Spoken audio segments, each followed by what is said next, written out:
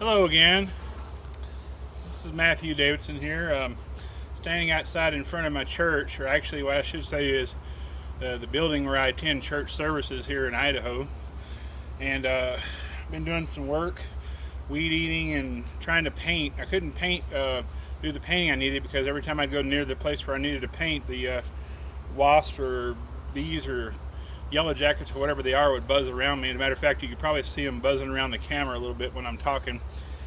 Uh, but just taking a quick break. I'm a little out of breath, a little bit, my hands are they're kind of shaky from the whole weed whacker experience, but just wanted to stop and just reflect on something and bring a little bit of a message today.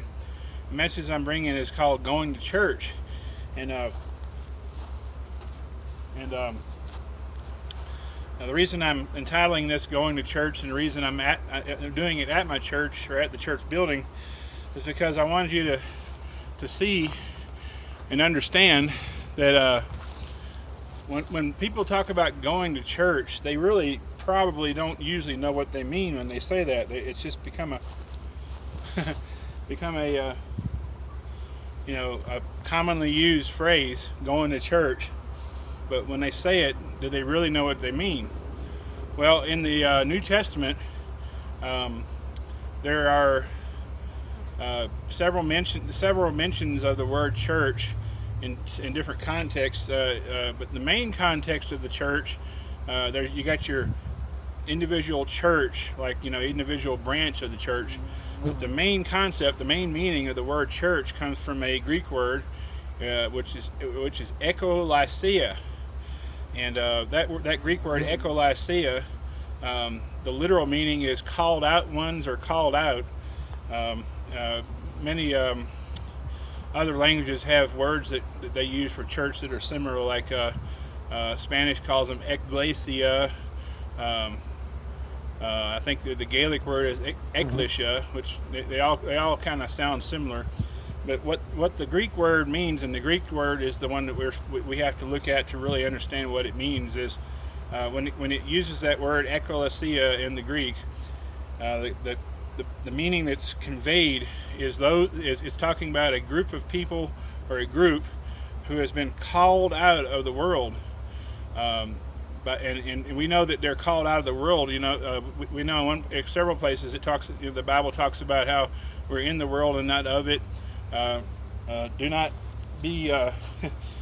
be conformed to the world, to the image of the world, and different things like that. So we know that when we are called out of the worldly system, of the evil things that are in the world, not the world itself. I'm still in the world. You can see me standing here. There's clouds in the background. I'm in the world. But when it talks about the world, it's talking about the worldly system. It's talking about the evil of the world, the satanic world, the world that we're called out of is the world of sin. And so when it talks about being called out, it's not talking about an organization or a building. It's not talking about a certain group of people who are in charge of all the people on the earth or anything like that. The word church simply put, is those who have been called out of the world by Jesus Christ, by faith in Jesus Christ. They're called and they're out of the world. They're out of the worldly system. They are no longer a part of the evil that's in the world. They are now part of God's world, if you want to put it that way. So everybody who places their faith in Jesus Christ is in the church.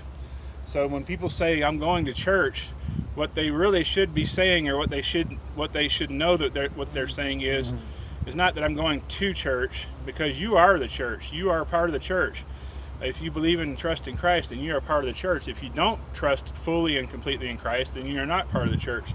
It doesn't matter where the hierarchy of your particular organization is located. It doesn't matter what building you go to. It doesn't matter how many good works you do or how many great things you do for the Lord or whatever.